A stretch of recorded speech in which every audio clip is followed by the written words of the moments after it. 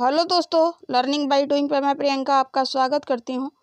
और जैसा कि आपके सामने है, ये है भारतीय राज्य व्यवस्था एवं संविधान का एनसीईआरटी पैटर्न पर आधारित क्लास। आई होप यू कि आपको मेरी क्लास से काफ़ी मदद मिलेगी। दोस्तों, अगर आप हमारे चैनल पर नए हैं तो वीडियो को लाइक कर चैनल को सब्सक्राइब ज़रूर करें। तो दोस्तों, आज हम जो बात करने वाले हैं वो है इसके सेकेंड पार्ट में। दोस्तों, ऑलरेडी मैं इसका एक पार्ट अपलोड कर चुकी हूँ, उसको देखिएगा। उसके बाद ही इस सेकेंड पार्ट को देखिएगा, तभी जाके आपको क्लास जो है अच्छे से समझ में आएगी।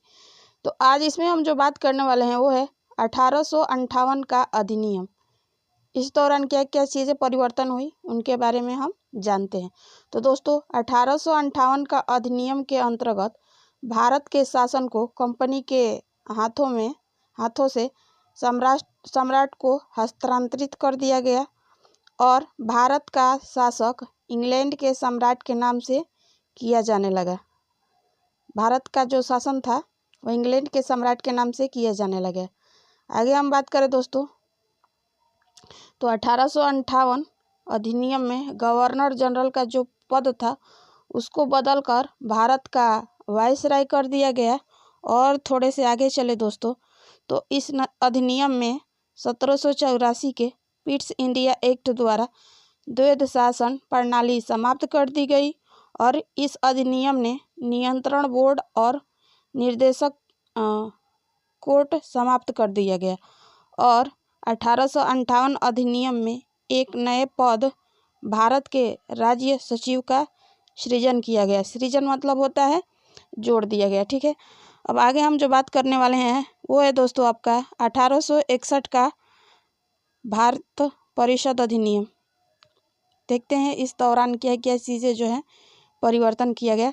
तो दोस्तों, केंद्रीय सरकार को सार्वजनिक ऋण जैसे वित्त, मुद्रा, डाक एवं तार आदि के संबंध में प्रांतीय सरकार से अधिक अधिकार दिए गए और भारतीय परिषद को विधायी संस्था बनाया गया तथा उसे भारतीय संदर्भ में कानून बनाने का अधिकार दिया गया, ठीक है।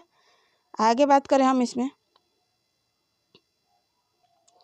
तो दोस्तों वायसराय को अध्यादेश जारी करने का अधिकार दिया गया और मद्रास तथा बम्बई की सरकारों को भी व्यवस्थापिका संबंधी अधिकार दिया गया। और इस अधिनियम द्वारा प्रांतीय विधायिका का तथा देश के शासन के विकेंद्रीकरण करने का कार्य प्रारंभ हुआ।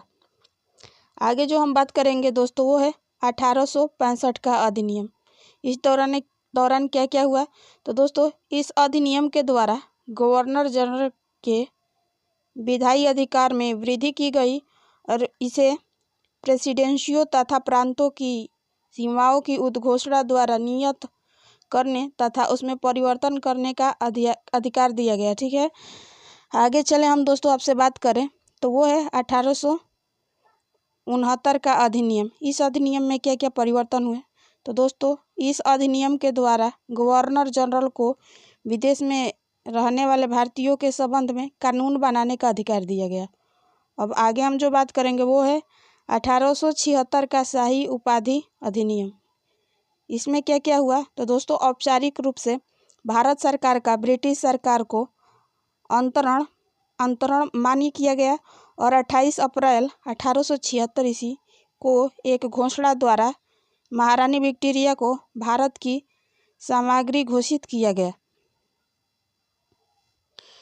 आगे जो बात किया गया है वो है 1892 का अधिनियम। इस अधिनियम के द्वारा क्या क्या परिवर्तन हुए, आइए उनको जानते हैं। तो 1892 का अधिनियम के द्वारा सर्वप्रथम अप्रत्यक्ष रूप से केंद्रीय तथा प्रांतीय विधान परिषदों में निर्वाचन की व्यवस्था की गई और परिषद के भारतीय सदस्यों को वार्षिक बजट पर बहस करने और सरकार से प्रश्न पूछने का अधिकार दिया गया। और थोड़े से हम चले आगे तो दोस्तों केंद्रीय विधान परिषद में न्यूनतम 10 तथा अधिकतम सदस्यों की संख्या 16 निर्धारित की गई। आगे जो अधिनियम है दोस्तों वो है 1902 का पार्लियामेंट सुधार अधिनियम। इस अधिनियम के द्वारा क्या क्या परिवर्तन हुए, आइए उनको जानते हैं।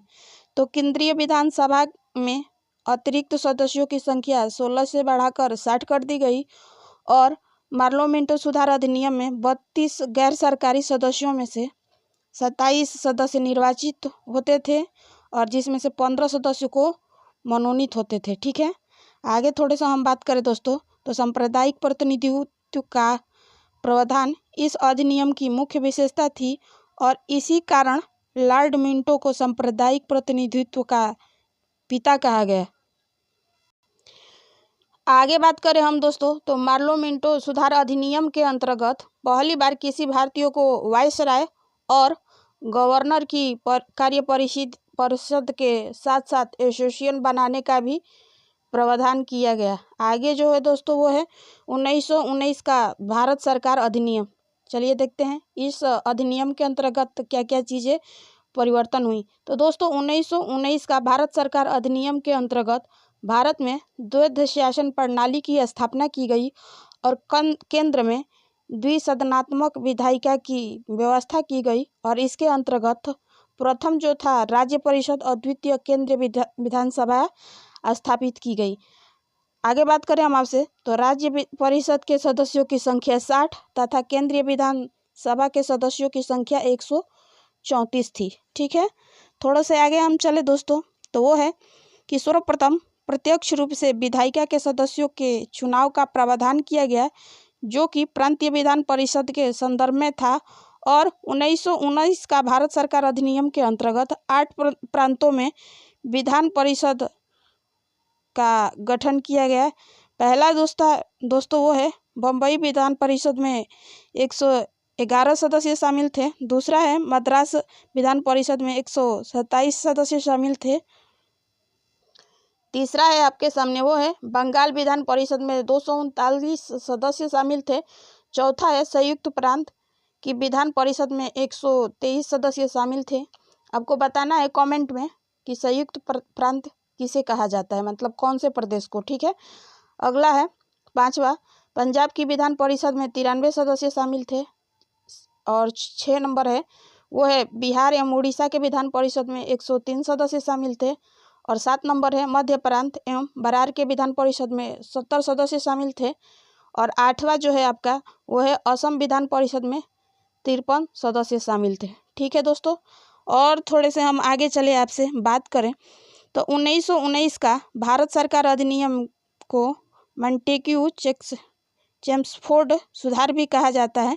मॉन्टेग्यू चेम्सफोर्ड सुधार कहा जाता है। ठीक है, आगे बात करें हम इसमें तो दोस्तों मॉन्टेग्यू चेम्सफोर्ड सुधार द्वारा भारत में पहली बार महिलाओं को वोट का अधिकार मिला था और 1919 का भारत सरकार अधिनियम में लोकसभा आयोग का भी गठन किया गया। और थोड़े से हम आगे चले दोस्तों आपसे बात करें तो वो है 1926 में सिविल सेवकों की भर्ती के लिए केंद्रीय लोकसभा आयोग का गठन किया गया और 1927 में साइमन आयोग आया। ठीक है, आगे है दोस्तों वो है 1935 का भारत सरकार अधिनियम। देखते हैं इस अधिनियम के अंतर्गत क्या क्या चीज़ें परिवर्तन हुई।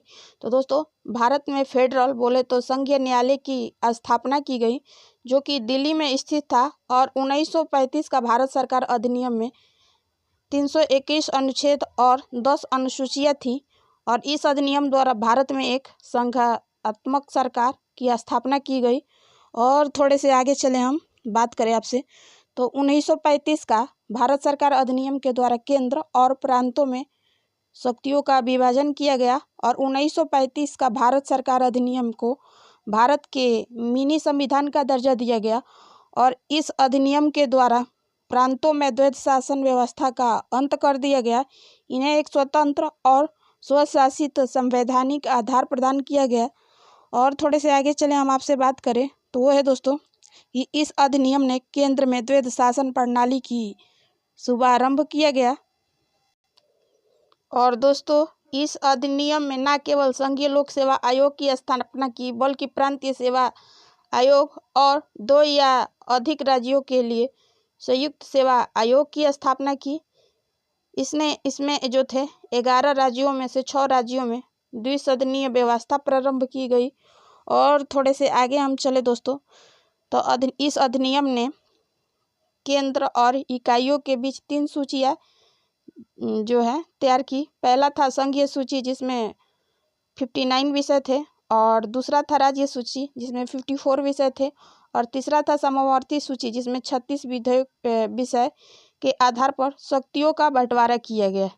आगे बात करें हम दोस्तों आपसे, तो वो है दलित जातियाँ, महिलाओं और मजदूर वर्ग के लिए अलग से निर्वाचन की व्यवस्था की गई, और इसके अंतर्गत देश की मुद्रा और साख पर नियंत्रण करने के लिए भारतीय रिजर्व बैंक की स्थापना की गई। और इस तरह जो अधिनियम और एक्ट हैं वो समाप्त होते हैं। आई होप यू कि आपको काफ़ी हद तक अच्छे से क्लासेस समझ में आई होगी। अगर आप हमारे चैनल पे नए हैं तो वीडियो को लाइक कर चैनल को सब्सक्राइब करें, और दोस्तों अपने फ्रेंड का लिंक शेयर या जिनसे कनेक्टेड है उनके यहाँ वीडियो शेयर करें, ताकि डेली के आने वाले जो कंटेंट हैं उनका प्रॉफिट उन लोगों को भी मिल सके। तो फिर मिलेंगे नेक्स्ट वीडियो के साथ, तब तक के लिए धन्यवाद। आपका दिन मंगलमय हो।